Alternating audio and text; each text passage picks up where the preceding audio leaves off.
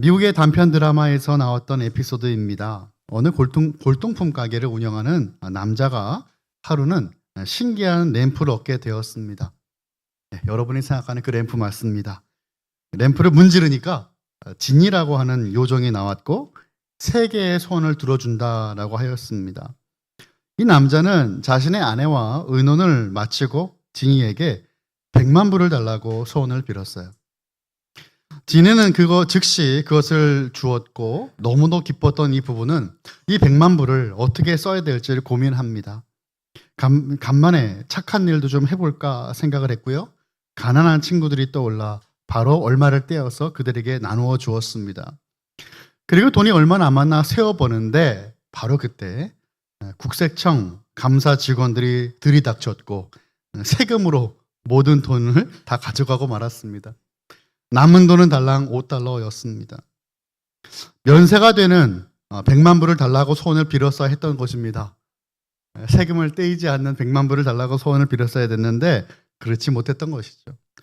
그 다음에는 선거에 의해 쫓겨나지 않는 강대국의 지도자가 되게 해달라고 권력을 구했습니다. 진이는 또 한 번 즉시 그의 소원을 들어주었는데 순식간에 그는 코털을 기르고 나치의 그 수행원들에게 둘러싸여 있는 자신을 발견하게 됩니다.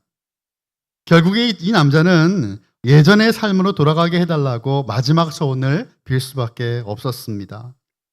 이 사람은 잠시 동안 소유했던 부와 권력을 통해 앞을 내다보는 안목이 없이 갖고 있는 부와 권력을 정말 계속 탐한다면 그 자체가 지옥이 될 수밖에 없었다는 사실을 깨닫게 되었습니다.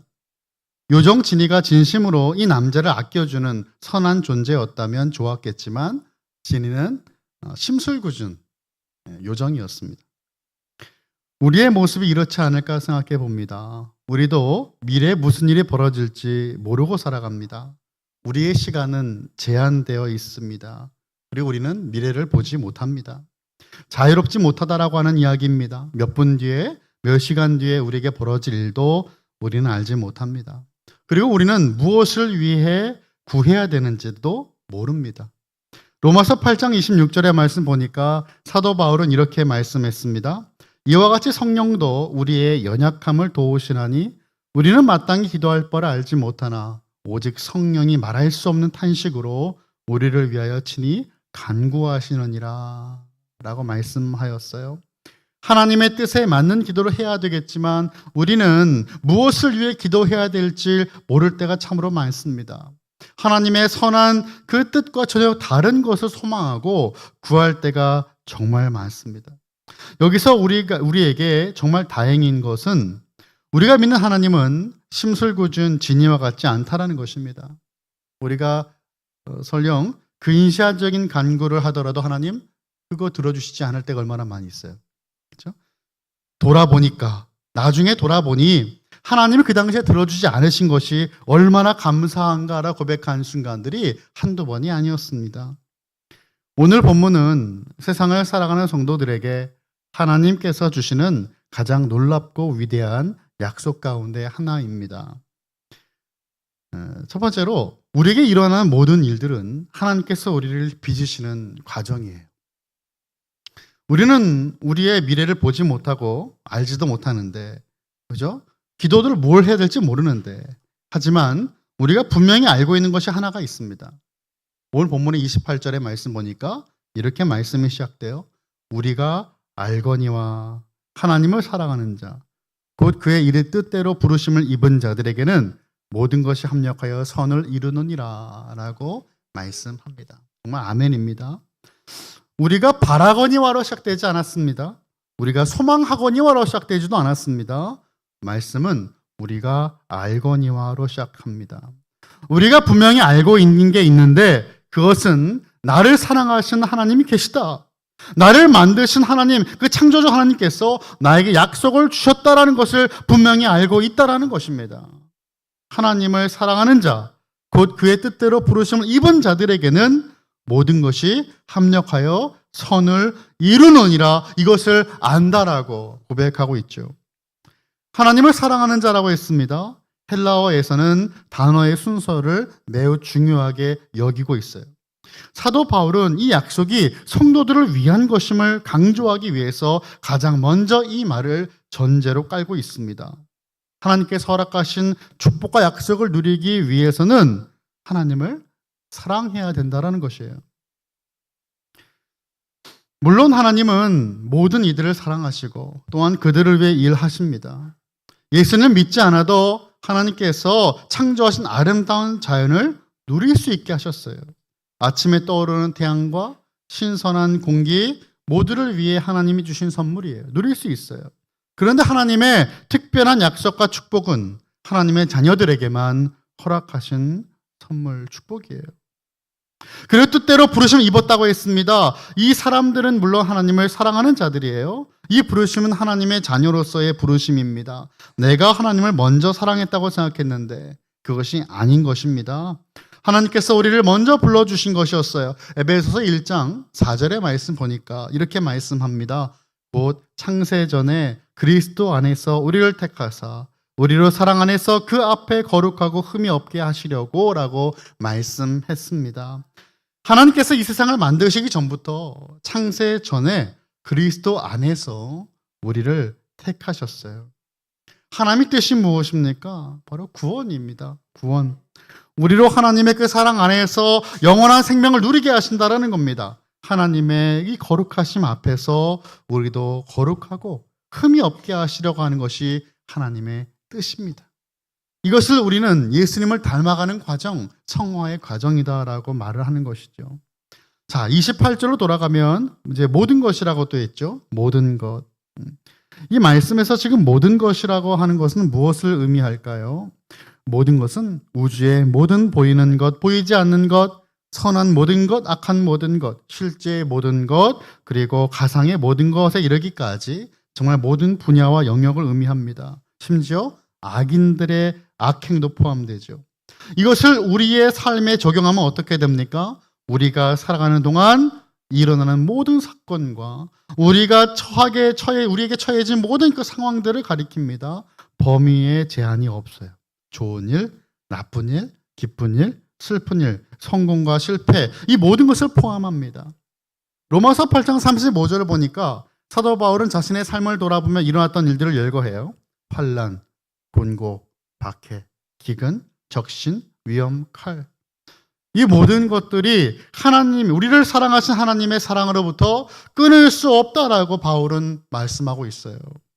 그리고 합력하여 선을 이룬다고 했습니다. 합력한다라고 하는 말은 직조공이 이 색실을 섬무사하게 섞어서 이제 짜갖고 미리 만들어 놓은, 그리고 그려놓은 패턴을 만들어내는 것을 의미합니다. 같은 개념이에요.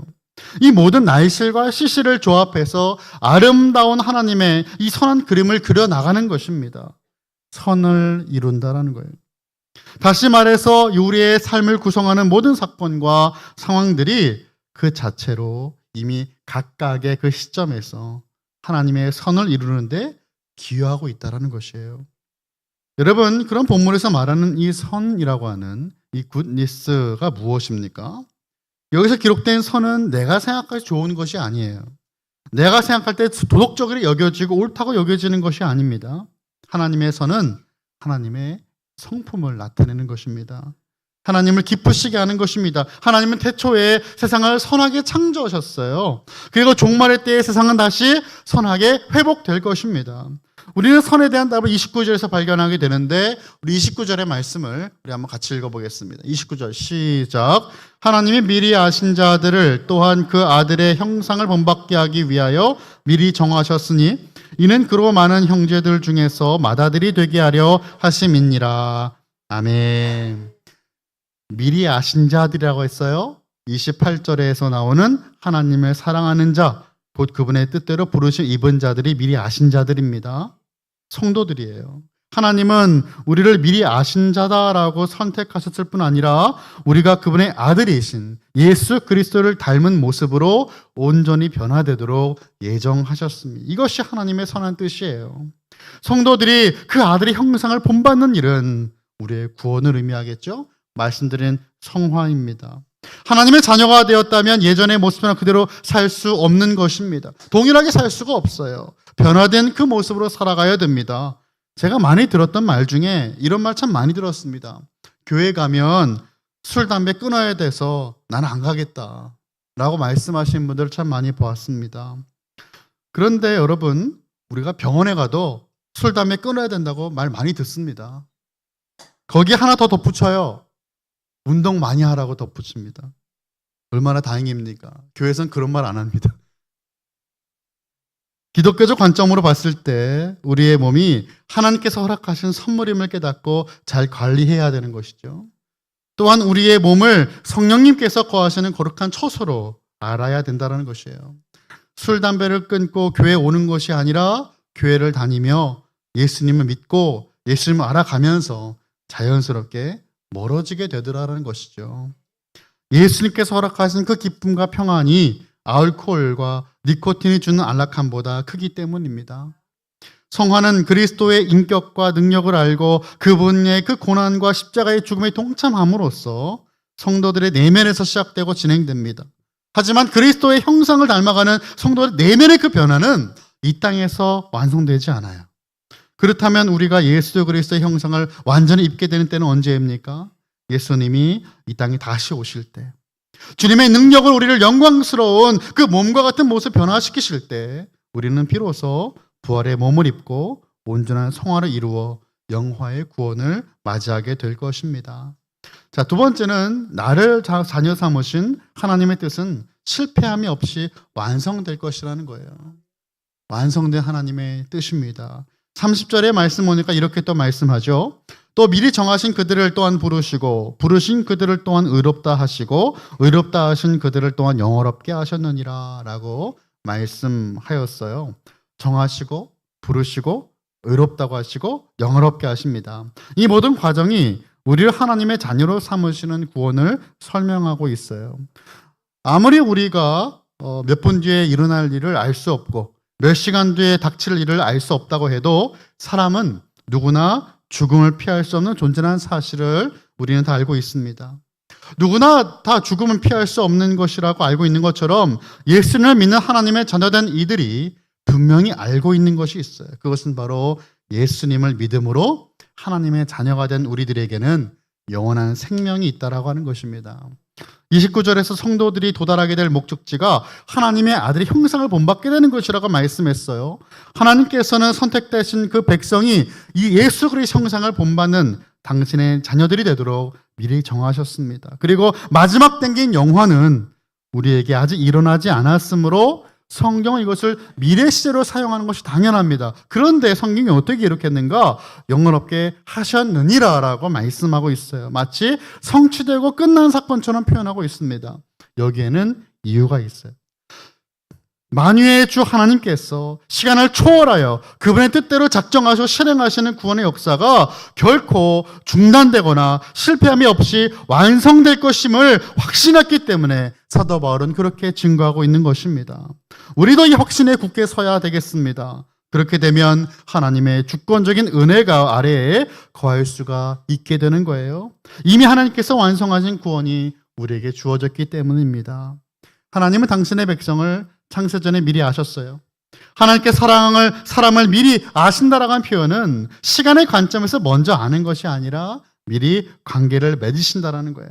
또한 미리 선택하신다는 의미가 있습니다. 로마서 11장 2절의 말씀 보니까 이렇게 말씀하거든요. 하나님이 그 미리 아신 자기의 백성을 버리지 아니하셨나니. 미리 아신 자기 백성, 미리 관계를 맺고 미리 선택하신 그 자신의 그 백성들을 버리지 아니하시는 하나님이 바로 우리가 믿는 하나님이십니다. 그 하나님께서 오늘 우리를 이곳으로 불러 모아주셨습니다. 그리고 예수님을 우리에게 선물로 주신 것입니다. 오늘 우리에게 주신 약속의 말씀을 믿음의 눈으로 바라보길 원합니다. 하나님은 저와 여러분을 당신의 자녀 삼기로 계획하셨고 그 선한 계획대로 당신의 하나뿐인 아들 예수 그리스도를 우리에게 보내주셨습니다.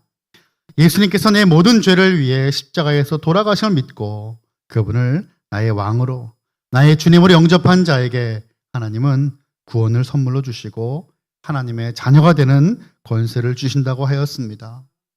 하나님을 아버지라 부를 수 있는 특별한 관계를 맺을 수 있는 특권입니다. 요한복음 6장 47절의 말씀 보니까 이렇게 말씀하죠.